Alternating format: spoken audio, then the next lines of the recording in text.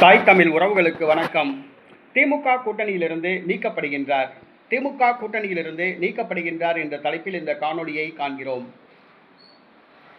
1993ஆம் ஆண்டு திமுகவிலிருந்து வெளியேறி மதிமுகவை ஆரம்பித்தார் வைகோ. அரசியல் சாணக்கியம் இல்லாததால் தனித்து போட்டியிட முடியாமல் மீண்டும் திமுக கூட்டணியிலே வந்து சேர்ந்தார். கடந்த 10 ஆண்டுகளுக்கு மேலாக திமுக கூட்டணியில் உள்ளார். நடைபெற்று முடிந்த 2 பாராளுமன்ற தேர்தல், 2 சட்டசபை தேர்தல், ஒரு உள்ளாட்சி தேர்தலில் திமுக கூட்டணியில் இணைந்து அவர் தேர்தலை சந்தித்தார். நடைபெற்று முடிந்த தமிழக சட்டசபை தேர்தலில் 4 தொகுதிகளில் போட்டியிட்டு 4 தொகுதிகளும் உதயசூரியன் சின்னத்தில் போட்டியிட்டார்.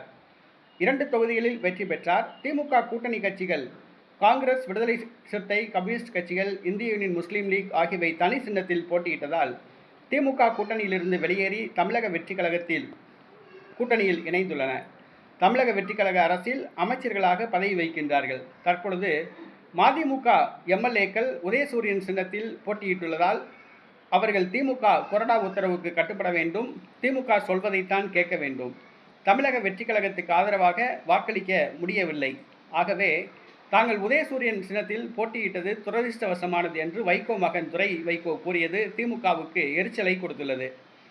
மேலும் 27ஆம் தேதி திமுக கூட்டணியில் நீடிப்பதா வேண்டாமா என ஆலோசனை நடத்தப்பட உள்ளதாக வைகோ கூறியுள்ளார்.